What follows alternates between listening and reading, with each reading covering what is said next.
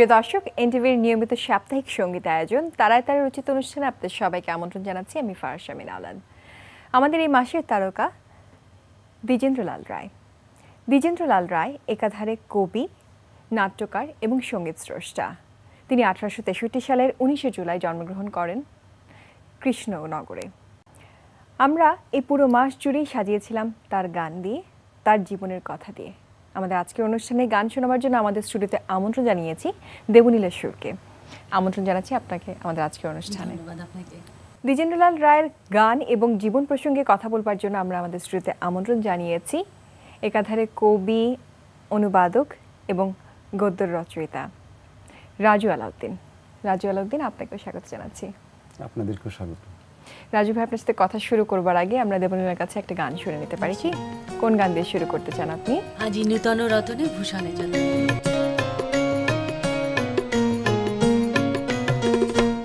আজি নূতন রতনে ভূষণে যতনে প্রকৃতি সতীরে সাজিয়ে দাও।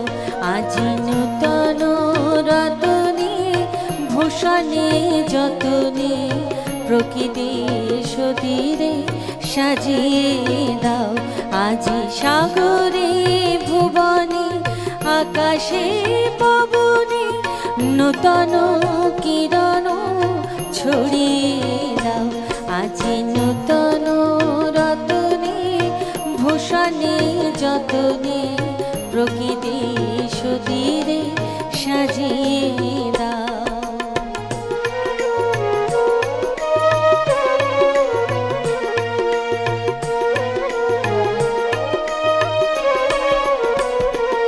আজি পুরানো যা কিছু দাও খুঁজিয়ে, মলিন যা কিছু ফেলো গো মুছিয়ে।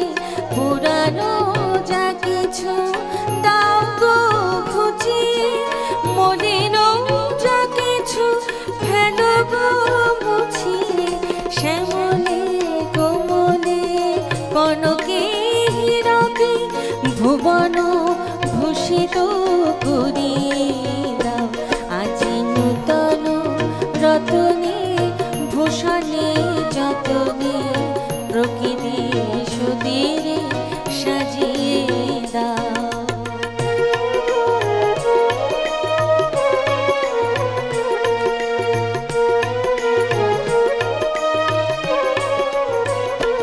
আজি বিনায় মোরজে সননে গরজে জাগিয়া উঠুকো গীতি গো। আজি হৃদয় মাঝারে জগত বাহিরে ভরিয়া উঠুকো প্রীতি গো। আজি বিনায় মোরজে সননে গরজে জাগিয়া উঠুকো গীতি গো। আজি হৃদয় মাঝারে জগত বাহিরে ভরিয়া উঠুকো প্রীতি গো। আজি নূতন আলোকে নূতন পুলকে দাও গো ভাষায় ভুলকে দুলকে। নূতন আলোকে নূতন পুলকে দাও গো ভাষায় ভুলকে দুলকে। নূতন হাসিতে বাসনা রাশিতে জীবন মরণ ভরিয়ে দাও। আজি নূতন রতনে ভূষণে যতনে প্রকৃতি সতীরে সাজিয়ে দাও। আজি সাগরে ভুবনে আকাশে পবনে নূতন কিরণ ছড়িয়ে দাও। আজি নূতন রতনে ভূষণে যতনে প্রকৃতি সতীরে সাজিয়ে দাও। আজি নূতন রতনে ভূষণে যতনে প্রকৃতি সতীরে সাজিয়ে দাও। চমৎকার হয়েছে। হ্যাঁ, আমার খুবই ভালো লাগলো দেবলীনার কণ্ঠে এই গান। প্রথম কথা হলো যে গান বলি বা কবিতাই বলি, যখন একজন ভালো পাঠক কোনো একটা কবিতা পাঠ করেন তখন কবিতাটি নতুনভাবে জেগে ওঠে বা কবিতাটি সমৃদ্ধ হয়। ঠিক একইভাবে দেবলীনার এই সুকণ্ঠে মানে গাওয়া এই গানটি, মানে গানটি সমৃদ্ধ হলো আর আমরা নতুন করে জেগে উঠতে দেখছি একটি গানকে। আমরা প্রতি মুহূর্তই যেন নতুন করে জাগতে পারি, এই গানটিতেই আসলে সেই আহ্বান আছে। ডিএল রায়ের ক্ষেত্রে যেটা বলবো সেটা হলো যে ওনার তো অনেক রকমের গান আছে, আপনারা জানেন তাই না? হাসির গান আছে, মানে রঙ্গ ব্যঙ্গাত্মক গান আছে, তারপরে যে কিছু গান আছে যেগুলো আপনার কি বলে একটু বেদনার গানও আছে, যেগুলো উনি পরে রচনা করেছেন ওনার স্ত্রীর প্রয়াণের পরে। আপনার কাছে এটা একটু জানতে চাবো, এই গানের রেশ ধরে যে এই গানটা তো নতুনকে কেন্দ্র করে, মানে নতুনের আহ্বান করছি আমরা এই গানের মাধ্যমে। তো ওনার গানের উপাদানগুলো সাধারণত কি ছিল? আমরা তো কিছু কিছু জানি, যেমন দেশকে উনি অনেক গান করেছেন। ওনার গানের তো দুটো বড় প্রবণতা হচ্ছে, যেগুলো দেশাত্মবোধক গান, যেই গানগুলো সবচেয়ে বেশি জনপ্রিয় হয়েছে। আরেকটা হচ্ছে মানে হাস্যরসাত্মক গান আর কি। বাংলা গানের তো হাস্যরসাত্মক তার আগে খুব ছিল, যে তা না, ছিল অল্প মাত্রায় ছিল, কিন্তু ওনার হাস্যরসাত্মক গানের একটা বড় বৈশিষ্ট্য আমি বলবো যেটা, সেটা হচ্ছে অনেক বেশি পরিশীলিত, একটা পরিশীলন আছে, আর হচ্ছে মানে কাব্য বোধ সম্পন্ন আর কি। সেগুলো শুধুমাত্র মানে স্টেটমেন্ট ধর্মী না আর কি, মানে শুধুমাত্র হাসির কতগুলো বক্তব্য না, ওই বক্তব্যটাকে উনি কাব্যময় করে তুলতে পারতেন আর কি। এটা একটা বড় বৈশিষ্ট্য। এর কারণ হচ্ছে উনি কিন্তু কবি ছিলেন আসলে। আপনি জানেন যে উনি গীতিকার ছিলেন, উনি নাট্য, আপনি যেরকম বললেন শুরুতেই যে উনি নাট্যকার ছিলেন, কবি ছিলেন, সুরকার ছিলেন। ফলে এই গানের ক্ষেত্রে তার এই সমৃদ্ধিটা মানে আমরা লক্ষ্য করি, তার ওই কাব্যবোধের প্রয়োগটা এখানে আছে আর কি। আর দেশাত্মবোধক গানগুলো তো শুধুমাত্র দেশাত্মবোধের কারণেই যে ওগুলো গুরুত্বপূর্ণ তা না, আমি বলবো যে তার আরও একটা বড় গুরুত্ব হচ্ছে যে এই গানগুলো তখনকার সেই পরাধীন ভারতবাসীকে নানাভাবে জাগ্রত করেছে, উদ্বুদ্ধ করেছে। ফলে এই গানের শিল্পমূল্যের পাশাপাশি তার একটা সামাজিক, একটা ঐতিহাসিক মূল্য আছে, যেটা অনেক সময় আমরা পাই না। কারণ হচ্ছে তখনকার সামাজিক ক্ষেত্রে গানের ভূমিকাটা কি হচ্ছে। যেমন রবীন্দ্রনাথের গান আমার সোনার বাংলা, এই গানটি যদি বাংলাদেশের অভ্যুদয়ের সঙ্গে যদি জড়িত না হতো, তাহলে এটি হয়তো একটা সুন্দর গান হিসেবে আমরা দেখতাম, নিঃসন্দেহে, বা একটা অসাধারণ একটা গান হিসেবে। কিন্তু এই গানটি একটা বড় ভূমিকা পালন করেছে আমাদের স্বাধীনতা যুদ্ধের সময়। আমরা উদ্বুদ্ধ হয়েছি এবং পরে সেটা আমাদের জাতীয় সঙ্গীত হয়েছে। ঠিক একইভাবে বলবো দ্বিজেন্দ্রলালের গানেরও এরকম কতগুলো ভূমিকা আছে, যেগুলো দেশাত্মবোধক গানের ক্ষেত্রে এবং হাস্যরসাত্মক গানগুলোর ক্ষেত্রেও, কারণ ওগুলোর মধ্যে একটা স্যাটায়ার আছে, সমাজের ওই সময়ের কোনো ঘটনাকে উনি হয়তো গানের মাধ্যমে তুলে ধরেছেন, গানের মাধ্যমে উনি সমালোচনা করেছেন। তো গানের শিল্পমূল্যের পাশাপাশি তার যদি অতিরিক্ত দায়িত্ব পালন করার থাকে তখনকার সামাজিক মানে পরিস্থিতি অনুযায়ী, তখন সেই ভূমিকাটাও সে পালন করে। এর ফলে হয় কি, গান বা শিল্প যেটাই বলি, তার একটা সামাজিক এবং ঐতিহাসিক মূল্য তৈরি হয়ে যায়। সেই মূল্যটা দ্বিজেন্দ্রলাল রায়ের গানের ক্ষেত্রে, অনেকগুলো গানের ক্ষেত্রেই আমরা সেটা লক্ষ্য করি। দেবলীনা, আপনার সাথে এখন যদি জানতে চাই যে কোন গানটা আপনি এখন শুরু করেছিলেন নতুনের আহ্বান দিয়ে, এখন কোন গানটা করতে চান? বেলা বয়ে যায় আরেকটি পছন্দের গান।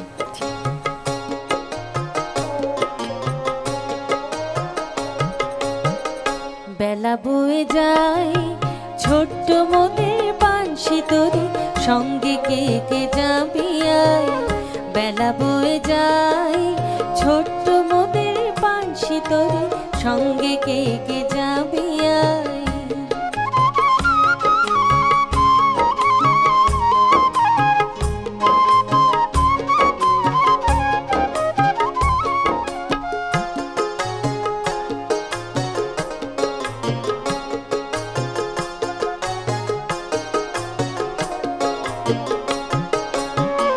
দোলেহার বকুল জ্যোতি দিয়ে গাঁথা সে, রেশমি পাল উড়ছে মধুর মধুর বাতাসে।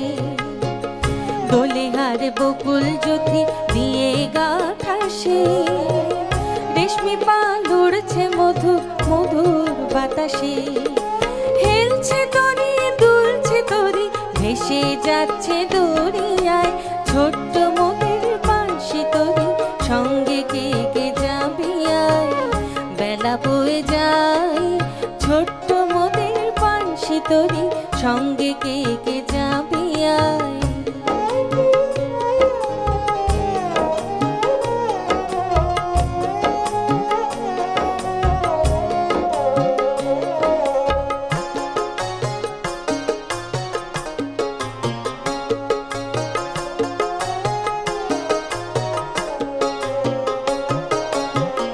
জাতি সব নতুন প্রেমিক নতুন প্রেমে ভোর মুখে সব হাসি রেখা চোখে ঘুমের ঘোর জাতি সব নতুন প্রেমিক নতুন প্রেমে ভোর মুখে সব হাসি রেখা চোখে ঘুমের ঘোর বাঁশির ধ্বনি হাসির ধ্বনি উঠছে ছুটে ফোয়ারায় ছোট্ট মোদের বাঁশি তরি সঙ্গে কে কে যাবি আয় বেলা বয়ে যায় ছোট্ট মোদের বাঁশি তরি সঙ্গে কে কে যাবি আয়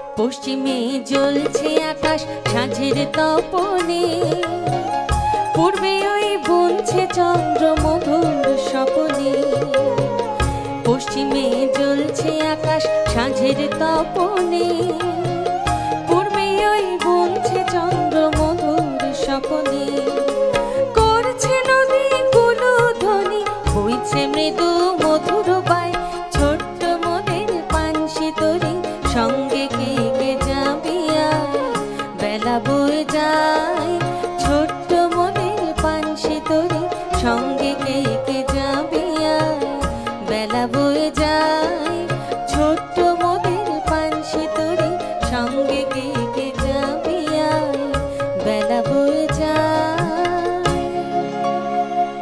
বাহ, চমৎকার, খুব সুন্দর গানটা আসলে দেবলীনা। ডিএল রায়ের গানের যেটা আরেকটা বৈশিষ্ট্য লক্ষ্য করা যায় সেটা হলো যে খুব সহজতা আর কি, মানে যা বলছে সেটা এত স্বচ্ছ এবং মানে কমিউনিকেটিভ আর কি। আচ্ছা রাজু ভাই, আপনার কাছে একটু জানতে চাই, খুব অল্প সময়ের মধ্যে উনি প্রচুর গান লিখেছেন, যতটুকু আমরা জানি রচনা করে গেছেন প্রচুর। তো এই অল্প সময়ের মধ্যে তার মধ্যে যে এই ভাবের উদয় এবং বিভিন্ন ধরনের গান লিখেছেন, আমরা অন্যান্য গীতিকারের ক্ষেত্রে কি ধরনের দেখি বাংলা মানে ধরেন তার সঙ্গে তো তুলনীয় হতে পারে শুধুমাত্র রবীন্দ্রনাথ ঠাকুর, তারপরে কাজী নজরুল ইসলাম, তাই না?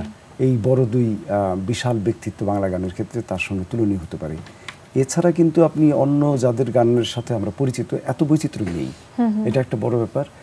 আর বৈচিত্র্য যেটা, তার সঙ্গে সঙ্গে ওনার প্রবাস জীবন একটা বড় ভূমিকা পালন করেছে গানের ক্ষেত্রে। আপনারা জানেন যে উনি বিলেতে ছিলেন প্রায় 3 বছর বোধহয় ছিলেন, বা 4 বছরের মতো ছিলেন। সেই সময়ে গানের ব্যাপারে ওনার তো প্রবল উৎসাহ ছিল, এটা তো পারিবারিকভাবেই উনি পেয়েছেন। ওনার বাবা ছিলেন কার্তিকেয় চন্দ্র রায়। তো ওইখানে পশ্চিমা গানের ব্যাপারে উনি সাংঘাতিক রকমের উৎসাহী ছিলেন এবং সেটা কিন্তু প্রভাব পড়েছে তার গানের ক্ষেত্রে। এবং আমি মনে করি এই প্রভাব পড়াটা আমাদের বাংলা গানের জন্য একটা নতুন ধরন, নতুন কতগুলো প্রবণতাকে যুক্ত করেছে। ডিএল রায় তো আমরা পঞ্চকবির মধ্যে একজন হিসেবে ধরি ওনাকে। তো পঞ্চকবির গান বা পঞ্চকবির কবিতা, এই যে বিশেষত্বটা এখানে আলাদাভাবে আমরা যে দেখি, এটা যদি একটু আমাদেরকে ব্যাখ্যা করে বলেন। আমার যেটা মনে হয় সেটা হলো যে পঞ্চকবি হিসেবে আমরা যাদেরকে চিনি বা পঞ্চকবির গান, এই মানে বন্ধন আর কি, পঞ্চকবি যে শব্দবন্ধ আর কি, এটা ঠিকই আছে। আর এটা এইভাবে মানে বলার পেছনে আমার যেটা ধারণা সেটা হলো যে আমাদের বাঙালির একটা মিথ বোধহয় কাজ করে। সেই মিথটা হলো, যেমন হিন্দু একটা মিথের কথা আমরা জানি যেটা পঞ্চপাণ্ডব, তাই না? পঞ্চপাণ্ডব, ওইটা বোধহয় একটা মানে আমাদের জন্য, আমরা 5-এর প্রতি আমাদের একটা আকর্ষণ আছে এবং 5 দিয়ে আমরা মানে প্রিয় জিনিসগুলোকে আঁকড়ে ধরার চেষ্টা করি আর কি। সেটা বোধহয় আছে আর কি এই পঞ্চকবি বলার পেছনে আর কি। যেমন কাব্য বিচারের ক্ষেত্রে, আধুনিক কাব্য বিচারের ক্ষেত্রে দেখা যায় যে আমরা শুধু 5 জনকেই বলি, কিন্তু আমি মনে করি 5 জনের বাইরেও আরো গুরুত্বপূর্ণ 1-2 জন আছে, সেটা ভিন্ন প্রসঙ্গ। তবে এইখানে গানের ক্ষেত্রে পঞ্চকবির যে ধারণাটা আমার কাছে এটা ঠিকই মনে হয়, এবং সত্যিকার অর্থে তো মানে আপনার মোটামুটি আধুনিক গানের ক্ষেত্রে এই 5 জনই সবচেয়ে বড় ভূমিকা পালন করেছেন। মানে এরা গানের আপনি যে বৈচিত্র্যের কথা বলেন বা গভীরতার কথা বলেন বা সুরের যে সমৃদ্ধির কথা বলেন, সেটা কিন্তু এই 5 জনের গানের মধ্যে সবচেয়ে বেশি প্রবলভাবে আমরা দেখতে পাই। ওনারা সবাই তো সমসাময়িক, এই পঞ্চকবি প্রায় ওনারা তো সমসাময়িক, এবং ওই সময়টাই কিন্তু ওনারা একচেটিয়া রাজত্ব করে গেছেন। একচেটিয়া রাজত্ব করেছেন, এটা ঠিক, এটাও আরেকটা বড় কারণ। এই 5 জনই সবচেয়ে বেশি আলোচিত ছিলেন, এই 5 জনই সবচেয়ে বেশি জনপ্রিয় ছিলেন, ফলে এই 5 জন আমাদের সবার আগে চোখে পড়ে। এদের আশেপাশে নিশ্চয়ই আরো কেউ কেউ ছিলেন, কিন্তু আমরা আসলে 5 জনকে আলাদাভাবে দেখি, কারণ ওই সময়টাতে হয়তো তাদেরই আবির্ভাব, এবং ওই সময় সবচেয়ে বেশি তাদের গানই হয়তো লেখা হয়েছে এবং সুর করা হয়েছে। আর এই 5-এর প্রতি আমাদের একটা অন্যরকম দুর্বলতা আছে আর কি, সেটা আমাদের থেকেই আসা আর কি, মিথ বা পুরাণ থেকে আসা, এটি আমার মনে হয়। রাজু ভাই, আমরা কথা বলতে বলতে সময়ের শেষ পর্যায়ে চলে এসেছি, অনুষ্ঠানের একেবারে শেষের দিকে দাঁড়িয়ে আছি। অনেক ধন্যবাদ আমাদেরকে সময় দেওয়ার জন্য। আপনাকেও অনেক ধন্যবাদ। মানে আপনাকেও এত সুন্দর সুন্দর গান শোনাবার জন্য। আপনাকেও অনেক ধন্যবাদ এত চমৎকার সব তথ্য বলি আমাদেরকে দেওয়ার জন্য। দেবলিনা, আপনাকে অনেক ধন্যবাদ। তবে আপনার গান শুনতে শুনতে আমাদের অনুষ্ঠান শেষ করব আজকে। নিশ্চয়ই। আমি আপনাকে এবং এতক্ষণ আমার যে প্রিয় দাদারা আমার সাথে বাজালেন তাদের প্রতি আমার শ্রদ্ধা জানিয়ে এবং সেই সাথে এনটিভি কর্তৃপক্ষকে অনেক ধন্যবাদ জানিয়ে আমি আমার গানটি গাইছি। একটু দর্শকদের কাছ থেকে বিদায় নিয়ে নিচ্ছি।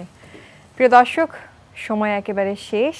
আমরা হাজির হব আবারও পরবর্তী পর্বে নতুন একজনকে নিয়ে, নতুন এক তারকাকে নিয়ে। তার গান শুনবো, তার জীবন সম্পর্কে আরও কিছু জানবো। সে পর্যন্ত আপনারা সবাই ভালো থাকুন, সুস্থ থাকুন, সেটাই আশা করছি। ধন্যবাদ সবাইকে।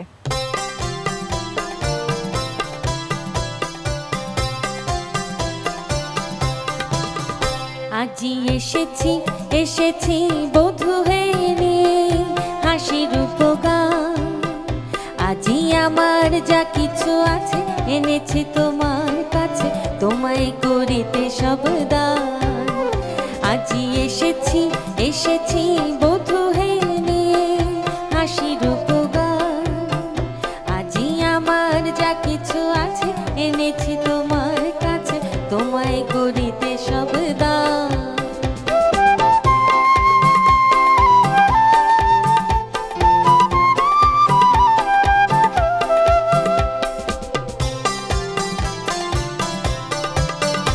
আজি তোমার চরণ তলে রাখি কুসুম ভার, এ হার তোমার গলে দিব ধূপহার। তোমার চরণ তলে রাখি কুসুম ভার, এ হার তোমার গলে দিব ধূপহার। সুধার আধার ভরি তোমার আধারে ধরি, কর বধূ কর তাই পার। আজি হৃদয়ের সব আশা সব সুখ ভালোবাসা তোমাতে হোক অবসান। আজি এসেছি বধূ হয়ে হাসির উপগান।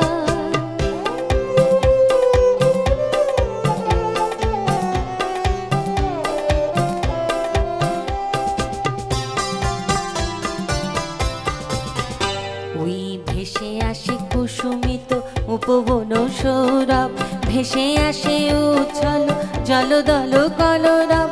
ভেসে আসে রাশি রাশি জ্যোৎস্নার মৃদু হাসি, ভেসে আসে পাপিয়ার তান। আজি এমন চাঁদের আলো মরি যদি সেও ভালো, সে মরণ স্বর্গ সমান।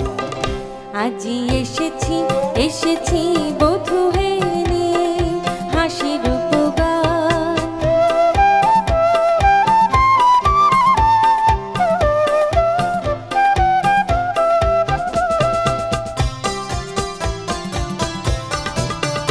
আজি তোমার চরণ তালে লুটায় পড়িতে চাই, তোমার জীবন তালে ডুবিয়া মরিতে চাই। তোমার নয়ন তলে শয়ন লোভিব বলে আসিয়াছি তোমারই নিধান। আজি সব ভাষা সব নীরব হইয়া যাক, তোমাতে হোক অবসান। আজি এসেছি এসেছি বধূ হয়ে নিয়ে হাসির উপগান। আজি আমার যা কিছু আছে এনেছে তোমার কাছে, তোমায় করিতে সব দান।